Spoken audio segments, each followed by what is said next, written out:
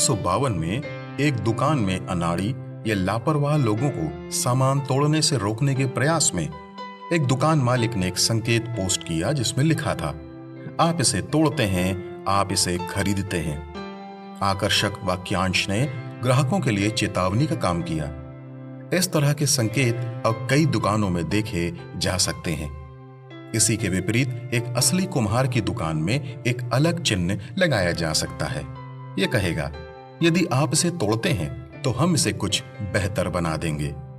कुम्हार के समान परमेश्वर हमें तब भी आकार दे सकते हैं जब हम विकृत हैं या टूट गए हैं। वह कुशल कुम्हार हमारे टूटे हुए टुकड़ों से नए और कीमती मिट्टी के बर्तन बनाने के लिए तैयार है। परमेश्वर हमारे टूटे हुए जीवन, गलतियों और पिछले पापों को अनुपयोगी सामग्री के रूप में नहीं देखता है। इसके बजाय वह हमारे टुकड़ों को उठाता है और उन्हें वैसा ही नया आकार देता है जैसा वह सबसे अच्छा देखता है।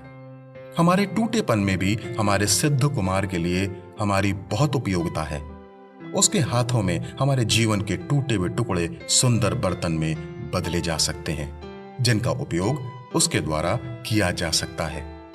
हमारे टूटेपन में भी हमारे सिद्ध कुमार के लिए हमारी बहुत उपयोगिता है। उसके हाथों में हमारे जीवन के टूटे हुए टुकड़े सुंदर बर्तन में बदले जा सकते हैं, जिसका उपयोग उनके द्वारा किया जा सकता है।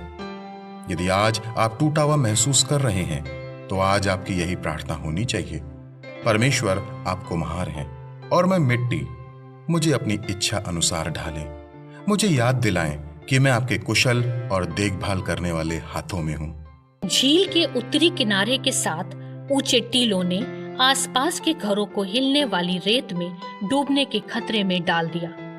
हालांकि निवासियों ने अपने घरों की सुरक्षा के प्रयासों में रेत के टीले को हटाने की कोशिश की, लेकिन वे असहाय रूप से देखते रहे जब उनकी आंखों के ठीक सामने मजबूत घर बालू में दब गए। एक स्थानीय अधिकारी ने नष्ट हुए छोटे मकान के मलबे की सफाई का निरीक्षण किया और पुष्टि की कि इस प्रक्रिया को रोका नहीं जा सकता था। घर के मालिकों ने इन अस्थिर तटबंधों के खतरों से बचने की कितनी भी कोशिश की हो, टीले केवल एक मजबूत बुनियादी सहारा प्रदान नहीं कर सके। हो सकता है आज आपको आपकी परिस्थितियां रेत के समान महसूस होती हों, जो आपको क्लेश या चिंताओं के बोझ तले दफन कर रही है और आपको कोई रास्ता नहीं सूझ रहा है। तो आप अपनी आशा को यीशु रूपी चट्टान में रख सकते हैं, क्योंकि बाइबल में यीशु ने उन सब के लिए जो संकट और क्लेश और चिंताओं में हैं कहा है, हे सब परिश्रम करने वालों और बोझ से दबे हुए लोगों, मेरे पास आओ, मैं तुम्हें विश्राम दूंगा। आकाश एक दुकान से बाहर आ रहा था जब उसने जमीन पर एक बैसाखी पड़ी हुई देखी। मुझे आशा है वहां कोई व्यक्ति नहीं है जिसे सहायता की जरूरत है, उसने सोचा। उसने इमारत के पीछे देखा और फुटपाथ पर एक बेघर व्यक्ति को बेहोश पाया। आकाश ने उसे जगाया और पूछा कि क्या वो ठीक है। व्यक्ति बोला, मैं खुद को मौत के घाट उतारने की कोशिश कर रहा हूँ। तूफान में मेरा तंबू टूट गया और मैंने सब कुछ खो दिया। मैं जीना नहीं चाहता। आकाश ने एक क्रिश्चियन पुनर्वास सेवकाई को बुलाया और वो व्यक्ति उनके साथ खुशी खुशी चला गया। घर आकर उसने अपने पिताजी से कहा, पिताजी, वो मैं भी हो सकता था। आकाश ने ऐसा इसलिए कहा क्योंकि वो भी एक समय स्वयं ड्रग्स और नशे की लत से जूझ रहा था और उसने उस व्यक्ति की मदद की क्योंकि वह उस दयालुता के कारण था जो उसने परमेश्वर से प्राप्त की थी। आज की घटना हम सबको प्रेरित करती है कि हम दूसरों के प्रति दयालुता का भाव रखकर उनकी सहायता करें, ना कि उनको नजरअंदाज करके आगे बढ़ जाएं। बाइबल कहती है, कृपालु मनुष्य अपना ही भला करता है, परंतु जो क्रूर है वो अपनी ही देह को दुख देता है। रानी विक्टोरिया के सिंहासन पर बैठने की खुशी एक अप्रिय घटना के कारण थोड़ी खराब हो गई थी। उन्हें लगा कि यह दुर्भाग्यपूर्ण है कि एक रानी के रूप में उन्हें अपना पहला हस्ताक्षर करना पड़ा। जो एक सैनिक को फांसी पर चढ़ाएगा।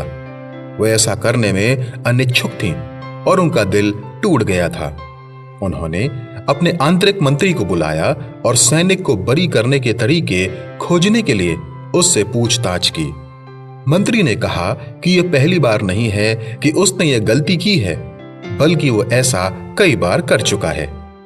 मंत्री ने यह भी कहा कि उसे रिहा करने से अन्य सैनिकों के लिए बुरा उदाहरण स्थापित होगा और सेना भी कमजोर होगी। रानी को दुख हुआ, लेकिन वह उसे छुड़ाना चाहती थी। उन्होंने मंत्री से सैनिक के परिवार के बारे में जानकारी मांगी। मंत्री ने पूछताछ के बाद सिपाही के परिवार का हाल बताया। उन्होंने कहा कि सैनिक ने अपने परिवार का सुखद तरीके से नेतृत्व किया और सम्मान और अखंडता को बरकरार रखा। उनके बच्चे अच्छे चरित्र वाले थे। यह सुनकर राहत महसूस करने वाली रानी ने सैनिक की रिहाई पर हस्ताक्षर कर दिए। रानी ने परमेश्वर के हृदय को प्रकट करते हुए अपनी प्रजा पर दया दिखाई। आमतौर पर हम दूसरों से उम्मीद करते हैं कि वे हमें माफ कर दें, लेकिन जब बात हमारी आती है तो कभी कभी हमें दूसरों की बिल्कुल भी परवाह नहीं होती। यह हमारी अपरिपक्वता को दर्शाता है। कौन सही है या कौन गलत, इस बारे में हमारा तर्क हमें कहीं नहीं ले जाएगा। बाइबल हमें अपने साथी मनुष्यों पर दया दिखाने और दूसरों को माफ करने के लिए कहती है।